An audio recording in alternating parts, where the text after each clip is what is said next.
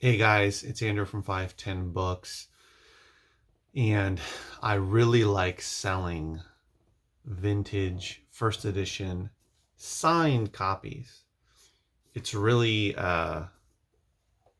lucrative, and if you can get a hold of books like that, you can do really well. Now, of course, it's not that easy to find those types of books. You've got to really hunt around for them. I was fortunate that I came across a huge collection of first edition books mixed in with some signed copies. Not all the signed copies were first editions, but signed copies as well. And there were some that were signed and were first editions, which happens to be this particular book, The Broken Sword by Paul Anderson. It's Poul. So I'm not sure the pronunciation, but I believe it's Paul Anderson or Poul Anderson.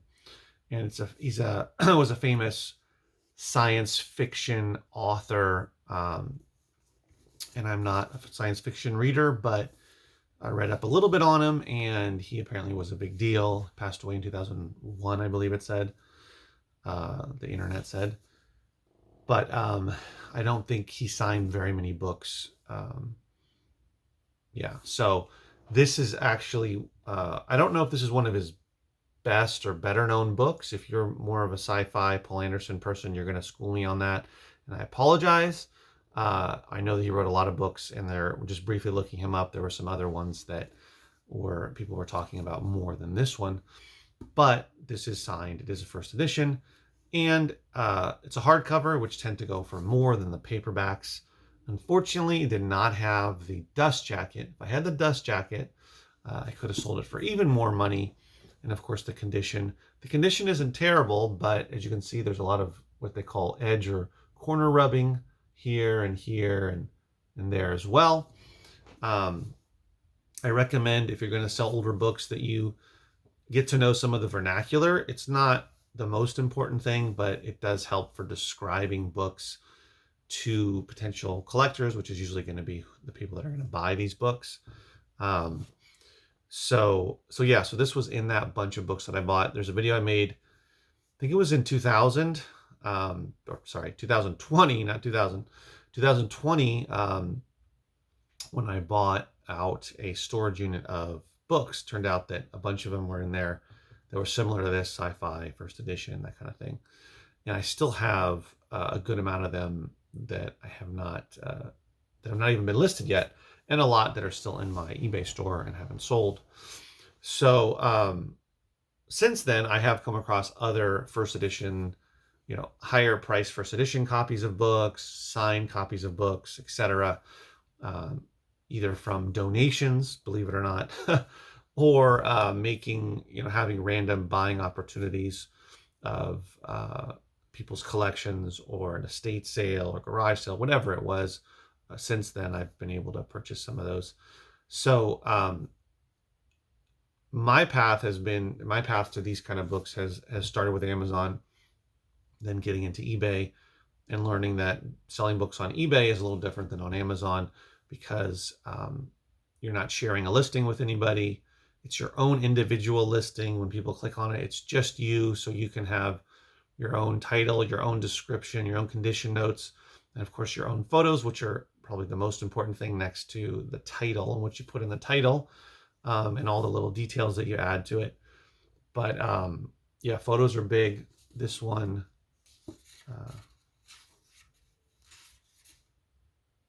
1954. But the most important part is right here on the front. It's signed. So when you come across older books, of course, many older books are not going to be collectible. There's not going to be a big market for them. Even if they're first edition, they might not be worth money. Many are not going to be worth money. But over time, you start to pick out certain ones that have potential. I would say science fiction is one for sure, but all different types of genres. If it's a first edition, and even if it's a first printing, even better if you have proof of that. And then, of course, if it's signed, if you have all three of those, that's a monster right there. And if it's a hardcover, if you have the dust jacket intact and in at least good condition, you're looking at potentially a very valuable book, depending on the book, depending on the current market for the book. But yeah, but this one was pretty rare. You probably want to know how much it sold for. So it sold for $110 plus shipping. You can look on my eBay store and see for yourself. It didn't take that long to sell, actually. I listed it. Actually, this is one that I listed. I listed that, I don't know, in the last 1 to 2 months, maybe. I saw another copy that had the dust jacket on Abe Books that I think was going for like $500.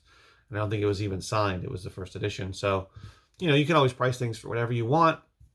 I could have priced this for $300 and see what happens. But, it depends on, it's kind of a balance between the realistic current market for what people are spending on it. And, and making a profit, because you don't want to be unrealistic and be like, oh my God, I can get $1,000 for this book. And turns out it's not going to happen. I have one book in particular that is a first edition of a very, very, very popular book that came out in the 50s, a kid's chapter book from a huge author, first edition, very rare, but I have it priced very high, probably too high. I've only ever had one offer on it that was much, much lower. I should probably consider lowering that. That also came from the bookstore that I leased out and bought all the inventory from, the same person. So sometimes, but that book is so rare that I feel like it's worth the high price, and it's worth waiting it out, even if it takes years, which so far it has taken a couple of years, or it's been up on eBay for a couple of years. So anyway, it just depends on your situation, how much you paid for it, how patient you are or not patient you are. I'm not that patient, so I like to flip things a little quicker. And I know on eBay, collectible books can take longer, but anyway, consider that. So yeah, so hopefully this helps you out a little bit. Again, I'm not a specialist in collectible and rare books and manuscripts, that kind of thing. There's places where people spend, decades learning this stuff.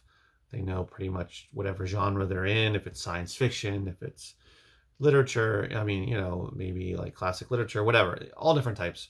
English literature, they can specialize in certain genres and certain time frames. But I've become better just in general at going to a bookshelf. Let's say if I was going to cherry pick, or if I was just buying in bulk, to quickly look through there and say, oh yeah, these look like they have potential. These look like they don't. These look like it'd be better for my store. This look like better for eBay, et cetera, et cetera. So it just takes time. It's a learning curve, and I'm still learning. But I do know that if it's a first edition, especially if it's a first printing, if there was multiple printings, and if it's a signed copy, and if it's in great condition, then you might have a great book, especially if it's something that's currently in demand. And if there's not that many copies out there for sale. So consider those kind of things. Let me know if you have any questions or comments below. Subscribe to the channel. Please give it a thumbs up if you liked it. It does help to grow my channel, which I'm trying to do so I can make more videos. So thanks, guys. I'll see you in the next video. Stay safe. Take care.